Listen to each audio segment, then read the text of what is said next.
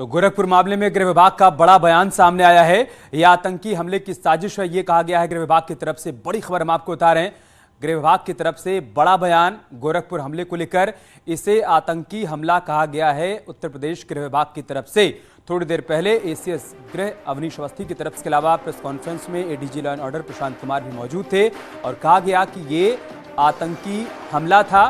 फिलहाल सभी पहलुओं से जांच पड़ताल की जा रही है। तो गोरखपुर में हमले के मामले में प्रेस कॉन्फ्रेंस हुई। आतंकी साजिश से इनकार नहीं किया जा सकता, ये कहा है एसीएस अवनीश अवस्थी ने। हमले में 2 जवान घायल हुए हैं। पीएसी जवानों को 5-5 लाख रुपए की मदद का ऐलान भी किया गया है। आज के प्रेस कॉन्फ्रेंस में इस बात की जानकारी साझा की गई है, लेकिन बड़ी बात यही सामने आई है कि ये आतंकी हमले की साजिश है, ये कहा गया है गृह विभाग की तरफ से।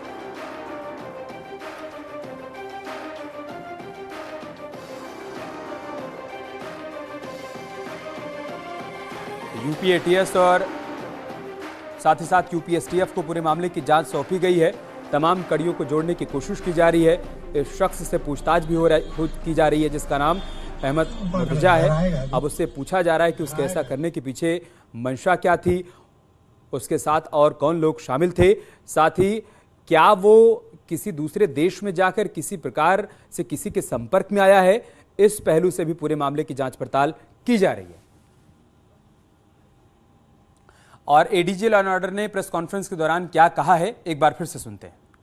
शाम लगभग 7 बजे एक व्यक्ति गोरखनाथ मंदिर के गेट नंबर 1 पे तैनात पुलिसकर्मियों पर धारदार हथियार से इसने हमला किया तथा कुछ धार्मिक नारे लगाए।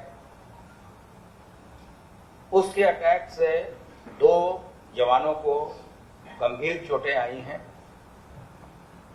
जिनका नाम क्रमशः गोपाल गौड़ और अनिल पासवान है। क्योंकि आप सबको विदित है कि जितने भी महत्वपूर्ण संस्थान हैं उनकी अपनी एक सुरक्षा योजना होती है और उसके तहत ही वहां तैनातियां रहती हैं। वहां और इस बीच डिप्टी सीएम केशव प्रसाद मौर्य क्या कह रहे हैं वो देखते हैं। उप मुख्यमंत्री के नाते दायित्व मिला है, तो जब नई पारी एक तरह से फिर से शुरू हो रही है तो आशीर्वाद लेकर के शुरू करने का, मार्गदर्शन लेकर के शुरू करने का अलग लाभ होता है। तो आज वह दोनों हमारे जो शीर्ष लीडर हैं उनसे आशीर्वाद मिला, मार्गदर्शन मिला। Thank you sir. तो डिप्टी सीएम केशव प्रसाद मौर्य जो कि दिल्ली के दौरे पर हैं, यहाँ पर पत्रकारों से बातचीत करते हुए उन्होंने कहा कि जो जिम्मेदारी मिली है उसका निर्वहन करूंगा। एक बार फिर से संगठन ने मेरे ऊपर भरोसा जताया है और मेरी ये पूरी कोशिश होगी कि अपने दायित्वों का मैं निर्वहन कर सकूं। बतौर डिप्टी सीएम उत्तर प्रदेश को विकास के रास्ते पर आगे ले जा सकूं। जो भी जिम्मेदारियां संगठन और सरकार की तरफ से मुझे दी गई हैं उसका मैं निर्वहन करूंगा। और एक बार फिर से वापस लौटते हैं आज की बड़ी खबर पर। गोरखपुर में जो कुछ हुआ उसको लेकर जांच पड़ताल चल रही है और इस बीच एसीएस होम अवनीश अवस्थी की तरफ से प्रेस कॉन्फ्रेंस की गई। उसमें ADG law and order Prashant Kumar भी मौजूद थे और सीधे शब्दों में इसे एक प्रकार से आतंकी हमला कहा जा सकता है, ये कहा गया है एसीएस की तरफ से। अनामिका हमारे सहयोगी इस वक्त हमारे साथ जुड़ चुकी हैं। अनामिका, बड़ा बयान सामने आया है गृह विभाग की तरफ से कि इसे आतंकी हमला कहा जा सकता है। जांच पड़ताल आगे बढ़ रही है, यूपी एटीएस भी जांच कर रही है, साथ ही साथ यूपीएसटीएफ भी। और क्या बड़ी बातें अब तक सामने आ पाई हैं?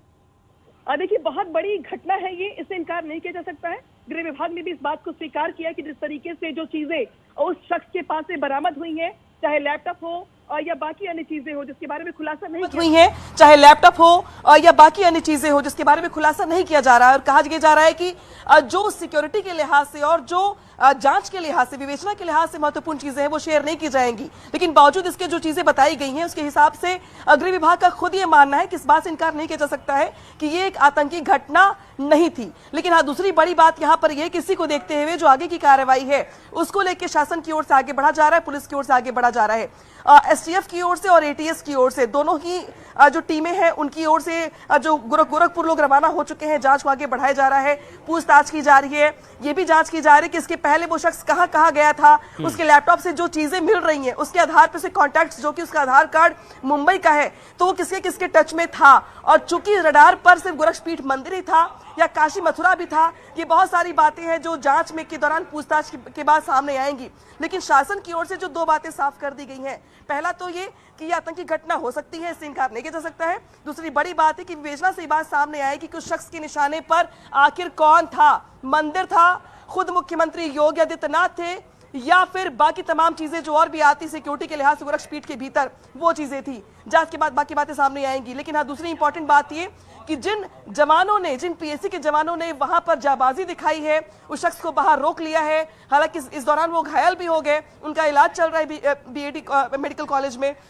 उनको 5 लाख रुपए की नगद धनराशि दी जाएगी उनके हौसला अफजाई करने के लिए। लेकिन इसी के साथ अब जो सिक्योरिटी है गोरक्षपीठ की, उसका सिक्योरिटी रिव्यू किया जाएगा। ये बड़ी बात सामने आई है कि अब सिक्योरिटी को लेकर जो इंतजाम किए गए हैं वहां पे अलग अलग एंट्री पॉइंट्स पर, उसको लेकर सिक्योरिटी रिव्यू किया जाएगा और आने वाले दिनों में सिक्योरिटी बढ़ाई जा सकती है कई लेयर्स में, इससे भी इनकार नहीं किया जा सकता है। एसीएस होम ने, अमनीश अवस्थी ने खुद ये बात कही है कि न सिर्फ गोरक्षपीठ बल्कि जो अलग अलग स्थान है यूपी के महत्वपूर्ण, काशी मथुरा से लेकर के जो धार्मिक स्थल है, वहां की सिक्योरिटी के जो अरेंजमेंट्स पहले से चल रहे हैं, जो जवान वहां पे तैनात है, उनको एक बार फिर से रिव्यू किया जाएगा और आने वाले दिनों में कुछ इसमें बदलाव देखने को मिल सकता है जहां पे जिसकी जरूरत होगी। लेकिन बड़ी बात है, गोरखपुर से जो घटना सामने आई है, इसके बाद से सवाल खड़े होते हैं 3। पहला तो ये कि क्या निशाने पर गोरक्षपीठ था, क्या गोरखपुर था, या फिर इसके आसपास के इलाके भी थे।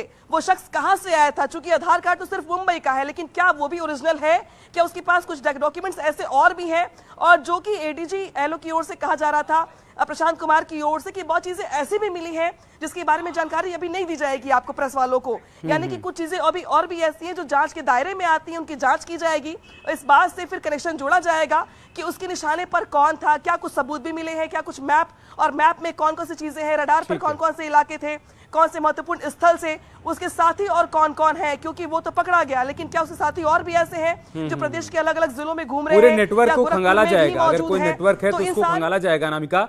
लेकिन उसके घर वालों की तरफ से 2 बातें सामने आई हैं।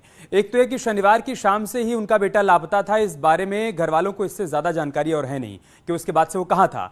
दूसरी बात जो उसके पिता की तरफ से कही गई वो ये कि उसकी मानसिक स्थिति ठीक नहीं है। क्या इस एंगल से भी जांच पड़ताल की जाएगी, क्या मेडिकल रायशुमारी भी की जाएगी?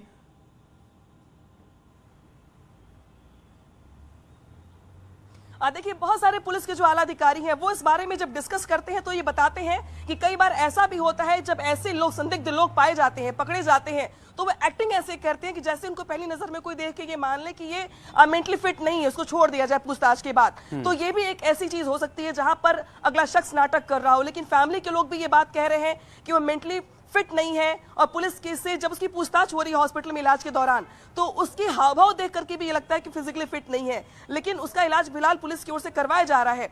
पूछताछ में ये बात जरूर जानकारी मिल पाएगी कि अगर वो फिजिकली फिट नहीं है, मेंटली फिट नहीं है, तो उसके पास लैपटॉप कहां से आया, लैपटॉप में जो चीजें मिली साथ में, वो सब चीजें कहां से आई, आखिर क्यों उसके दिमाग में ये आया, उसके पास हथियार कहां से आया, उसके निशाने पर कौन कौन था। क्योंकि अगर मेंटली फिट नहीं था वो, तो एक मेंटली अनफिट इंसान के पास ऐसी संदिग्ध चीजें मिलना भी अपने आप में कई सवाल खड़े करती है। क्या किसी ने उसको समझा के सिखा के भेजा था वहां पर, के साथ ही उसके और भी हैं, या कोई नेटवर्क है जो उसको आगे भेज करके खुद पीछे से ऑपरेट कर रहा हो, कि बहुत सारे सवाल अभी घूम रहे हैं। हालांकि जो एटीएस की टीम है वो अलग अलग एंगल पे उसकी जांच कर रही है और बहुत सारे सबूत उसके लैपटॉप से मिलने वाले हैं अभी, जिसको लेकर के जो पुलिस की हिरासत में ले लिया गया है और उसकी पूछताछ की जा रही है कि उस लैपटॉप के जरिए, ईमेल्स और बाकी सारी चीजों के जरिए चेक किया जा रहा है कि नेटवर्क कहां से कहां तक जुड़ा हुआ था उसका। ठीक है अनामिका, आप बनी रहे हमारे साथ। ऋषभ मणि त्रिपाठी भी इस वक्त हमारे साथ जुड़ चुके हैं। ऋषभ, अभी तक जो पूछताछ उससे की गई है उसमें क्या बातें सामने आ पाई हैं? देखिए, अभी वो गोल मोल जवाब दे रहा है। अभी उसने जो बयान दिए उन बयानों को तस्दीक किया जा रहा है। जैसा वो बता रहा है कि मैं आईआईटी वहाँ से मुंबई से ग्रेजुएट हूँ, वहाँ से मैंने बीटेक किया, मैं रिलायंस में नौकरी करता था, किसी और ग्रुप में नौकरी करता था, फिर मैंने नौकरी छोड़ दी है, मुझे निकाल दिया गया वहाँ से, मेरी पत्नी मुझको छोड़ के चली गई। ऐसे तमाम वो जो बातें कह रहा है उन बातों को तस्दीक किया जा रहा है। उसके पास जो गैजेट्स मिले, उसका मोबाइल है, उसका लैपटॉप है, उसके डेटा रिट्रीव किया जा रहा है। वो जो कह रहा है उसमें कितनी सच्चाई है ये जानने में लगी हुई एटीएस के साथ साथ अब एनआईए, आईबी भी जो सेंट्रल की एजेंसीज हैं उनको भी लगा दिया गया। उनके पास सोफिस्टिकेटेड रिसोर्सेज होते हैं, उनका अपना नेटवर्क होता है, उसके जरिए भी तमाम चीजों को खंगालने की कोशिश की जा रही है। सबसे जो जरूरी एंगल है पूछताछ का वो यही है कि क्या ये एक लोन वुल्फ अटैक जैसी जो थियरी चलती है वेस्टर्न कंट्रीज में जहां पर अटैक हुए हैं इस तरह के, क्या उसी पैटर्न पे अब आ रहे हैं जो आतंकी संगठन है कि हाँ हम लोन वुल्फ अटैक करेंगे। चाहे हमने कुछ विदेशों में ऐसा देखा है कि वो सिंगल एक बस ड्राइव करते हुए ले जाएगा, कई लोगों को रौंदेंगे और ज्यादा से ज्यादा मतलब मास किलिंग की ओर आगे बढ़ेंगे। कुछ वैसा ही तरीका दिखाई दिया है कल गोरखनाथ मंदिर में कि वो लोन वुल्फ अटैक की तरह अकेला अब पहुंच जाता है अब्बासी और हाथ में एक धारदार हथियार हंसिया जैसा लिए होता है और उसको लेकर पुलिस वालों को मारने की कोशिश करता है, कुछ पब्लिक के लोगों को घायल करने की कोशिश करता है और जो तमाम सांप्रदायिक नारे भी लगाता है, धार्मिक नारे भी लगाता है। ये बात अभी तक तफसील से उससे जो पूछताछ नहीं हो पाई है, लेकिन जो शुरुआती पूछताछ है उससे ये बात अभी जो आ रही है कि हाँ वो अपने आप को अकेला ही बता रहा है, वो ये नहीं बता रहा है कि वो किसी संगठन से जुड़ा हुआ है या उसके साथ कई लोग लगे हुए हैं। उसका जो मोबाइल है उसका डेटा रिट्रीव किया जा रहा है, उसके जो लैपटॉप का डाटा रिट्रीव किया जा रहा है, सिर्फ ये कनेक्शन इस्टेब्लिश करने के लिए, ये पॉइंट इस्टेब्लिश करने के लिए कि क्या वो कुछ अन्य लोगों से भी जुड़ा हुआ है, क्या उसके साथ कई अन्य लोग भी थे। क्योंकि ऐसी भी चर्चा हुई है कि नहीं कुछ लोग उससे जुड़े हुए थे, उसके घर भी आए थे। तो क्या वही पैटर्न है जैसा लखनऊ में हमने पिछले साल देखा था कि अलकायदा का एक संगठन था है अंसार गजवातुल हिंद, उससे जुड़े हुए 5 आतंकी यहां से गिरफ्तार किए गए। एटीएस ने एक बड़ा ऑपरेशन चलाया था और उसमें भी ये बात सामने आई थी कि लोक भवन से लेकर के विधानसभा और अयोध्या का जो राम जन्मभूमि है, काशी कॉरिडोर और गोरखनाथ मंदिर, इन सभी की रेकी हुई थी। क्या जो आउटफिट अंसार गजवातुल हिंद जैसे हैं, क्या उनका इनसे कोई कनेक्शन है?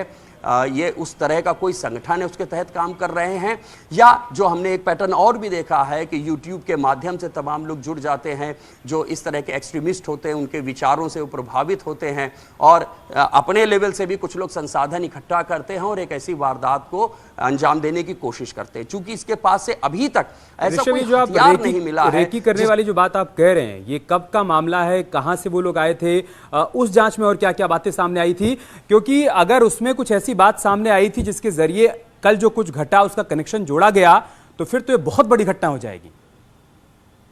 देखिए अब अभी जो उसके पास से जो बरामदगी हुई है, उस बरामदगी और जो रेकी वाली थ्योरी है, इन दोनों में मैच नहीं हो पा रहा। इसी चीज को वेरीफाई कराया जा रहा है। क्योंकि जैसे जो यहां पर गिरफ्तारी हुई थी राजधानी लखनऊ में काकोरी इलाके से हुई थी, तो उसके घर से प्रेशर कुकर बम मिला था, उसके पास ऐसा विस्फोटक मिला था जहां पे बात समझ में आ रही थी हाँ किसी बड़ी वारदात को अंजाम देने की तैयारी थी। लेकिन अब अब्बासी की गिरफ्तारी होती तो उसके पास से जो बरामदगी है उसमें कोई चौंकाने वाली चीज नहीं मिली है। एक हंसिया जैसा एक धारदार हथियार मिला है जो समझ में आता है कि हाँ ठीक है, वो अकेला व्यक्ति उसको लेके चलेगा और कुछ लोगों को नुकसान पहुंचाएगा, नुकसान पहुंचाने की कोशिश करेगा। तो अब जो एक बात सामने आ रही है, क्या कुछ संदिग्ध कुछ दिन पहले भी दिखाई दिए थे, क्या वो संदिग्ध अब्बासी से संबंधित हैं या नहीं हैं, इन्हीं चीजों को वेरीफाई किया जा रहा है उसके मोबाइल और उसके लैपटॉप के डेटा के जरिए।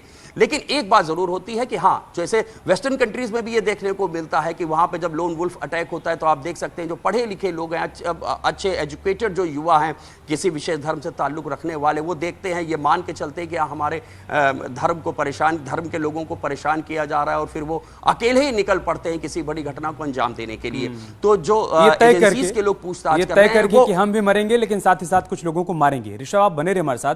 अनामिका, जिस बात का जिक्र ऋषभ यहां पर कर रहे हैं कि अभी वो गोलमोल जवाब दे रहा है, एक तो दूसरा उसके परिवार की तरफ से बात कही जा रही है कि उसकी मानसिक स्थिति ठीक नहीं है, तो अब जांच इस बिंदु पर भी तो आगे बढ़ेगी ना कि अड़ोस पड़ोस के जो लोग हैं वो भी बताएंगे उसके मानसिक स्थिति के बारे में, या फिर उसकी गतिविधियों के बारे में, या फिर वो कहां कहां रहा, मुंबई कैसे पहुंचा, या जिन बातों का वो जिक्र कर रहा है कि उसने ग्रेजुएट किया है वहां से, मुंबई से, तो ये सारी जानकारी अड़ोस पड़ोस के लोगों से भी तो मिल ही पाएगी ना।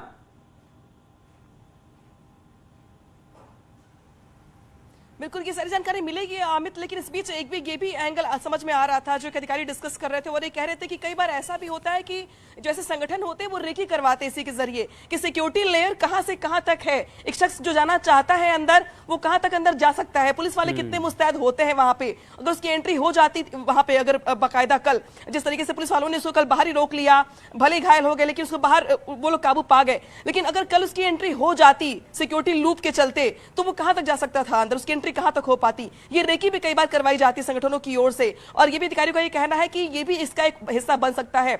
लिहाजा सबसे ज्यादा इंपॉर्टेंट ये है कि उस लड़की का जो फैमिली गोरखपुर की रहने वाली है, तो उसका बैकग्राउंड क्या कहता है, ये भी बहुत महत्वपूर्ण है। हालांकि फैमिली बार बार ये कह रही है कि वो मेंटली फिट नहीं है, मुंबई में रह रहा था, तो जो आधार कार्ड मिला है। एक बड़ी खबर आ रही है, अनामिका आपको रोक रहे हैं, सूत्रों के हवाले से बड़ी खबर आ रही है। गोरखपुर हमले को लेकर बड़ा अपडेट, बड़ी जानकारी सामने आई है। ये बड़ी जानकारी है कि नेपाल के रास्ते घुसे थे कुछ संदिग्ध शख्स। बड़ी जानकारी, गोरखपुर में रेकी की थी उन्होंने, सूत्रों के हवाले से बड़ी जानकारी आ रही है। अयोध्या और काशी की भी रेकी की थी। 3 से 4 हफ्ते पहले इन लोगों ने रेकी की थी। सूत्र इस बात की जानकारी दे रहे हैं कि नेपाल के रास्ते ये लोग उत्तर प्रदेश की सीमा में घुसे थे। इन्होंने धार्मिक स्थलों की रेकी की थी और उन्हीं में गोरखपुर का गोरखनाथ मंदिर भी शामिल है। इसके अलावा काशी और अयोध्या में भी रेकी किए जाने की बात सामने आई है। लिहाजा अब जांच इस एंगल से भी आगे बढ़ेगी कि कल जो कुछ घटा है गोरखपुर में, रेकी किए जाने की जो थ्योरी है उससे इसका कनेक्शन कितना मैच खाता है। ऋषभ, ये बड़ी जानकारी सामने आई है कि नेपाल के रास्ते कुछ संदिग्ध घुसे थे और उन्होंने कुछ धार्मिक स्थलों की रेकी की थी। ये धार्मिक स्थल गोरखपुर, काशी और अयोध्या है।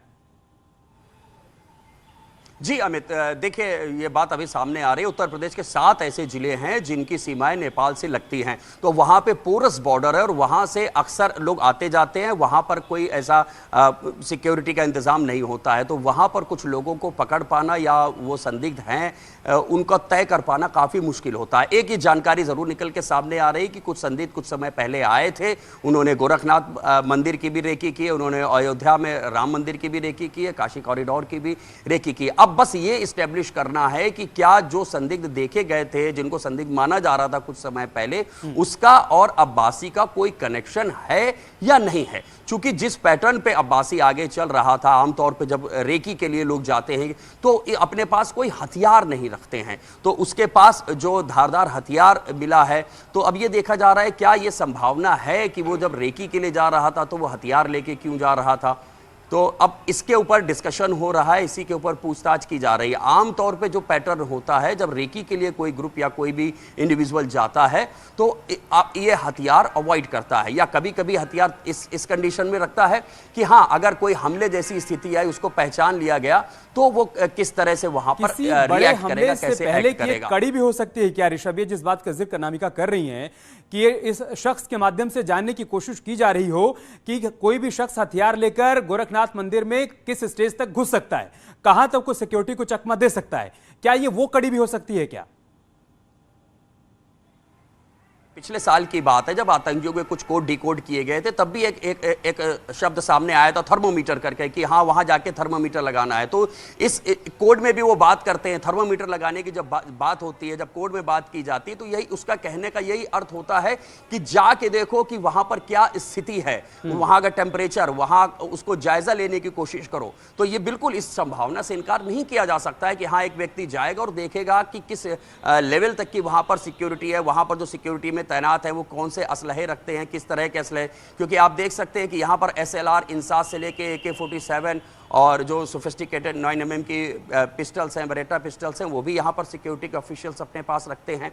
तो ये एक कड़ी जरूर होती है जब किसी बड़ी वारदात को अगर अंजाम देना है तो पहले जाके रेकी इसीलिए की जाती है कि हाँ भाई हमारी एक एडवांस टीम जाएगी, वहां पर देख के आएगी कि वहां पर सुरक्षा के कितने घेरे हैं, उन घेरों में कितने लोग तैनात हैं और जो लोग तैनात हैं जिसको नफरी कहते हैं उनकी नफरी क्या है और उनके पास किस तरह के असलहे हैं। अगर कोई स्थिति ऐसी आती है कि हमको आमना सामना करना होगा, कोई हेड ऑन हो जाता है, तो हम उनसे कैसे निपटेंगे। तो इस संभावना से इनकार नहीं किया जा सकता है कि हाँ एक व्यक्ति जाएगा, वो पहले रेकी करके आएगा, इन सारी चीजों को परख के आएगा।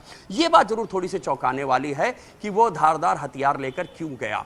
अगर अपनी सुरक्षा के लिए वो लेके गया था कि हाँ अगर मैं फंसता हूं कहीं पे तो उनको घायल करके वहां से भागने की कोशिश करूंगा। तो अब ये बातें जब पूछताछ और आगे बढ़ेगी, जब सेंट्रल की एजेंसीज भी आ गई हैं, वो भी उससे लगातार पूछताछ कर रही हैं और उसके जो गैजेट्स हैं उनके डेटा रिट्रीव किया ही जा रहा है, तब ये बात और पुख्ता हो पाएंगी कि क्या किसी संगठन से अब्बासी का जुड़ाव है या ये एक लोन वुल्फ अटैक था, ये किसी विचारधारा से प्रभावित था, ये जो एक्सट्रीमिस्ट विचारधारा ये उससे प्रभावित था और उसी के चलते वो वहां पे गया और उसने इस घटना को अंजाम दिया है। ठीक है, फिलहाल के लिए बहुत शुक्रिया आप दोनों का हमारे साथ जुड़ने के लिए, विस्तार से पूरे घटनाक्रम को समझाने के लिए, बड़ी जानकारी साझा करने के लिए। तो गोरखपुर में जो कुछ घटा है उसके बाद सिक्योरिटी रिव्यूज भी किए जा रहे हैं, अलग अलग धार्मिक स्थलों की सुरक्षा बढ़ाने की बात भी कही जा रही है, और साथ ही साथ यूपी एटीएस और यूपी एसटीएफ पूरे मामले की जांच पड़ताल आगे बढ़ा रही है।